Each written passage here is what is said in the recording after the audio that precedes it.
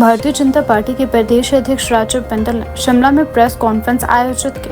उन्होंने आरोप लगाया कि हाल के चुनावों को प्रभावित करने का प्रयास किया जा रहा है, लेकिन प्रदेश की जागरूक जनता ने इसे भली भांति समझ लिया है। उन्होंने विश्वास जताया कि हिमाचल प्रदेश की जनता अपने पसंदीदा जन प्रतिनिधियों का चयन करेगी और वर्तमान सरकार को लोकतांत्रिक तरीके से जवाब देगी।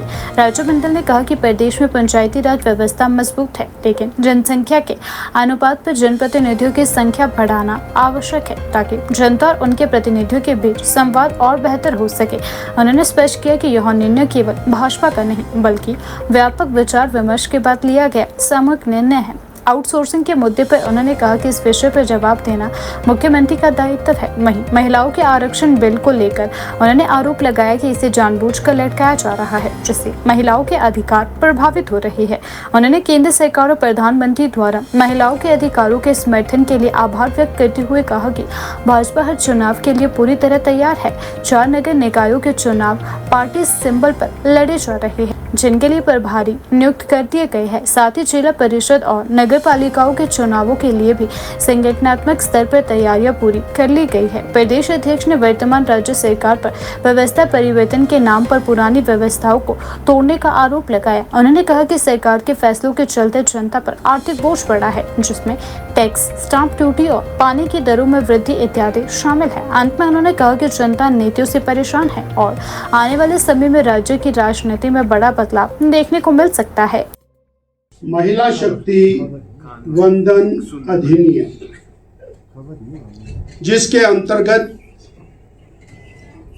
विशेष पार्लियामेंट का सत्र हुआ। देश के यशस्वी प्रधानमंत्री श्रद्धेय नरेंद्र मोदी जी ने वो सत्र बुलाया ताकि देश की बहनों को सत्ता में भागीदारी का हस्तांतरण किया जाए। देश की बहनों के लिए, माताओं के लिए, बेटियों के लिए जहां आर्थिक संपन्नता की दृष्टि में अनेक कदम हुए, शैक्षणिक सुधारों में अनेक कदम हुए, सामाजिक दृष्टि से उनका सम्मान बढ़े, उस दिशा में 10-12 साल भरसक प्रयास हुए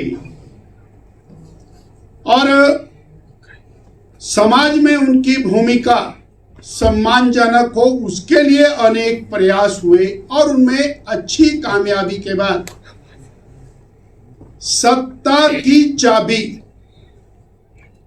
देश की बहनों को दी जाए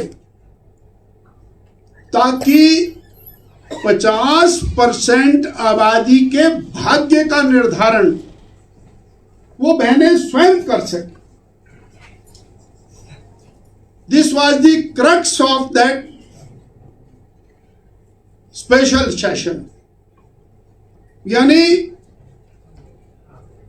बहनों के बारे में अनेक प्रकार के निर्णय सरकार ने लिए, परंतु वो बहनें स्वयं 50% आबादी को क्या अधिकार मिलने चाहिए, कैसे वो आगे बढ़नी चाहिए और सत्ता का नियंत्रण, सत्ता का अधिकार, सत्ता की चाबी वो बहनों के हाथ में देने का वो दिन था 16-17 अप्रैल का।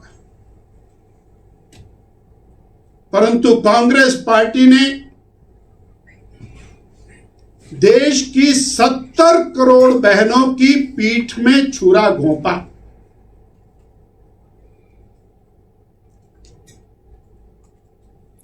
उनके हाथ से सत्ता को छीन लिया। 40 वर्षों से वो लटका रहे थे, अटका रहे थे, भटका रहे थे, परंतु जब बिल्कुल चोट मारने का समय आ गया तो देश के कांग्रेस के बड़े नेता अन्य पार्टियों के साथ मिलकर महिलाओं की शक्तियों के खिलाफ खड़े हो गए, दीवार बन के खड़े हो गए, विरोध में खड़े हो गए और इस कदर खड़े गिर गया तो उन्होंने पूरे देश में खुशी मनाई कि अच्छा हुआ बहनों को राजनीतिक शक्ति नहीं मिली।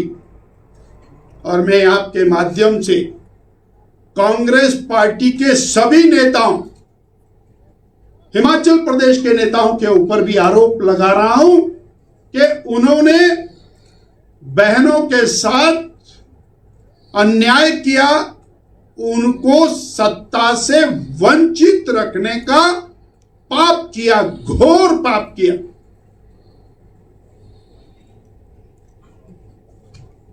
इसके विरोध में हिमाचल प्रदेश की बहनें कल सड़कों पर उतरने वाली। कल यानी 23 तारीख को जनाक्रोश यात्रा ये हिमाचल की बहनें शिमला में करने वाली। और कांग्रेस को बता देना चाहते कि आपने क्या अनर्थ किया।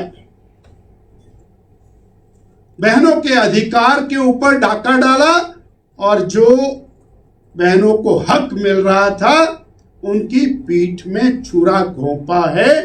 उसको लेकर कल जनाक्रोश पद यात्रा है। हजारों बहनें शिमला सराउंडिंग से, पूरे हिमाचल से नहीं आई। उसके अनेक कारण,